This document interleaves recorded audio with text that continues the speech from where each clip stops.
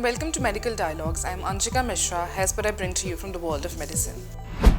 Volume of grey brain matter significantly lower in people with early onset psychosis. New research from the Institute of Psychiatry, Psychology and Neurosciences has found an association between a reduction in grey matter in the brain and the early onset psychosis (EOP). The study, published in Molecular Psychiatry, is the largest ever brain imaging study in EOP and has provided unprecedented levels of detail about the illness. It shows that, in contrast to other mental health disorders, people with EOP have a reduced volume of grey matter across nearly all regions of the brain. Researchers hope that this detailed mapping could be used to assist in future diagnosis as well as to track the effect of treatment with patients with EOP. EOP occurs before the age of 18 during a critical period of development in the brain. Individuals diagnosed with the illness are likely to experience severe and long-lasting symptoms that respond less well to treatment. Despite this, researchers into EOP have been limited in sample size and statistical power. Are you also aspiring to excel in medical journalism and delve into the intricacies of health and medical reporting?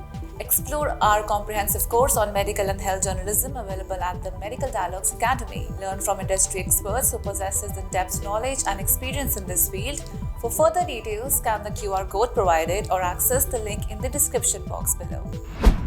Traumatic stress associated with smaller brain region. Adults with post-traumatic stress disorder (PTSD) have smaller cerebellums, according to new research from a Duke-led brain imaging study. The findings, published in the journal Molecular Psychiatry, have prompted Huggins and her lab to start looking for what comes first: a smaller cerebellum that might make people more susceptible to PTSD, or trauma-induced PTSD that leads to cerebellum shrinkage. The cerebellum, a part of the brain well known for helping to coordinate movement and balance, can influence emotion and memory, which are impacted by PTSD. What isn't known yet is whether a smaller cerebellum predisposes a person to PTSD or PTSD shrinks the brain region.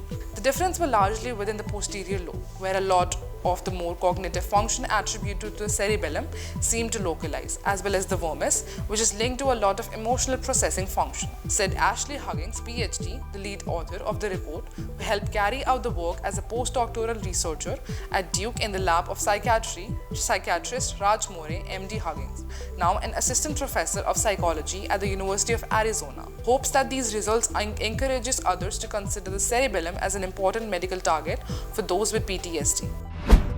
Early menopause and HRT among hormonal factors linked to heightened rheumatoid arthritis risk. Early menopause, before the age of 45, taking hormonal replacement therapy (HRT) and having 4 or more children are among several hormonal and reproductive factors linked to a heightened risk of rheumatoid arthritis in women, finds a large long-term study published in the Open Access Journal RMD Open.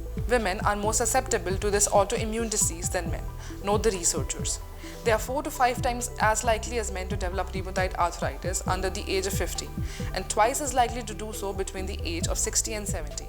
And the disease seems to take a greater physical toll on women than it does on men. While hormonal and reproductive factors are thought to contribute to women's heightened susceptibility to disease, it's not entirely clear which factors might be particularly influential. In a bid to find out, the researchers drew on 223,526 UK biobank participants whose health was tracked for an average of 12 years. During this time, 3,313, that is 1.5% women, developed rheumatoid arthritis, and several hormonal and reproductive factors were associated with heightened disease risk, after accounting for potentially influential factors like lifestyle, level of social and economic deprivation, ethnicity, and weight, which is BMI. Thank you for watching. Stay tuned to Medical Dialogues for more updates. Never miss a medical update from Medical Dialogues. Like, subscribe, and press the bell icon.